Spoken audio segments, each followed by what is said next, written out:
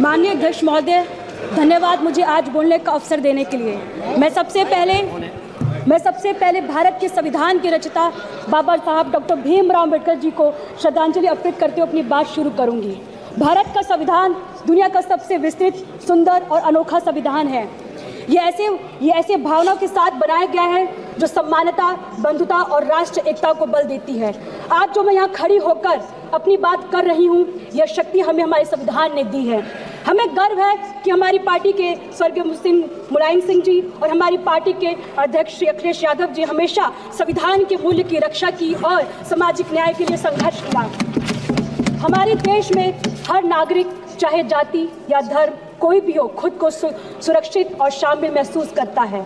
लेकिन आज के दिन हमें यह सोचने की ज़रूरत है कि क्या हम संविधान के आदर्शों के अनुसार चल रहे हैं। 2014 से पहले भारत धर्मनिरपेक्षता, समानता और न्याय के प्रतीक था। 2014 से पहले सभी सरकारों ने संविधान का आदर किया था, लोकतंत्र, धर्मनिरपेक्षता को सुरक्षित रखा। पिछले 10 वर्षों से जब से एनडीए सरकार सत्ता में आई, इस सरकार ने संविधान की संस्थाओं पर निरंतर आघात करना जारी रखा।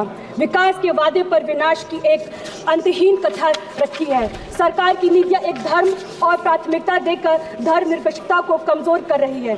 असहमति जताने वाली को देशद्रोही कहा जाता और उनके खिलाफ हिंसा या धमकी को सही ठहराना आर्टिकल 19, आर्टिकल 21 सीधा उल्लंघन है। तुम्हारी फाइलों में गांव का मौसम गुलाबी है, तुम्हारी फाइलों में गांव का मौसम गुलाबी है, मगर ये आंकड़े झूठे हैं और ये दावा किताबी है। 2018 में लाए गए इलेक्टोरल बॉन्ड ने राजनीतिक फंडिंग में पारदर्शिता को खत्म किया, जिसे सुप्रीम कोर्ट ने असंवैधानिक बताया।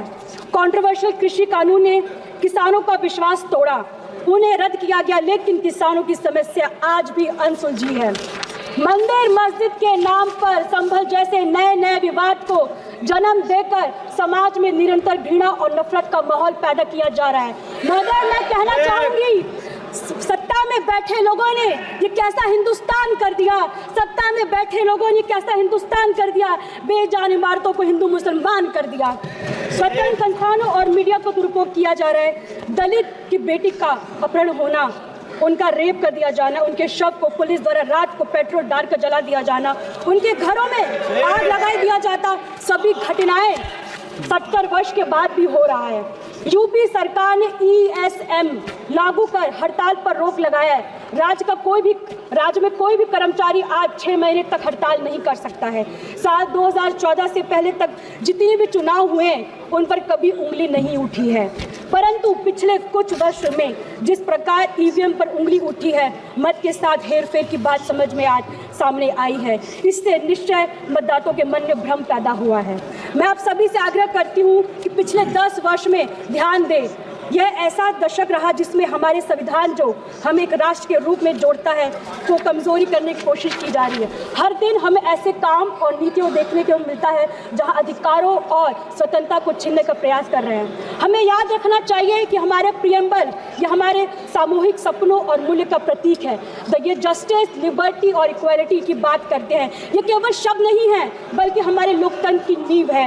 ये सिद्धांत हर नागरिक के सम्मान और गरिमा से जीने का अधिकार सुनिश्चित करने के लिए बने हैं। समाजवादी पार्टी पिछड़े, दलित, अल्पसंख्यक समुदाय के साथ मजबूती से खड़ी है। उनके अधिकारों को उत्थान करने का प्रतिबंध है और हम सुनिश्चित करते हैं कि उनकी आवाज़ हर राजनीतिक चर्चा में सुनी जाए। जाति जनगणना को हम सामाजिक और आर्थिक असमानताओं को दूर करने और समान अवसर प्रदान करने के लिए आवश्यकता मानते हैं। हमारा संविधान की मूल भावना है ये कि समाज के अंतिम पायदान पर खड़े व्यक्ति को मुख्य धारा से जोड़ना। हमारी पार्टी और हमारे नेता पीढ़ी के माध्यम से संविधान की उसकी मूल भावना को साकार कर रहे हैं। भारत का संविधान हमें देता है संदेश, भारत का संविधान हमें देता है संदेश, हम सब बाद में सबसे पहले हमारा देश। जय भीम, जय समाजवाद। Thank you.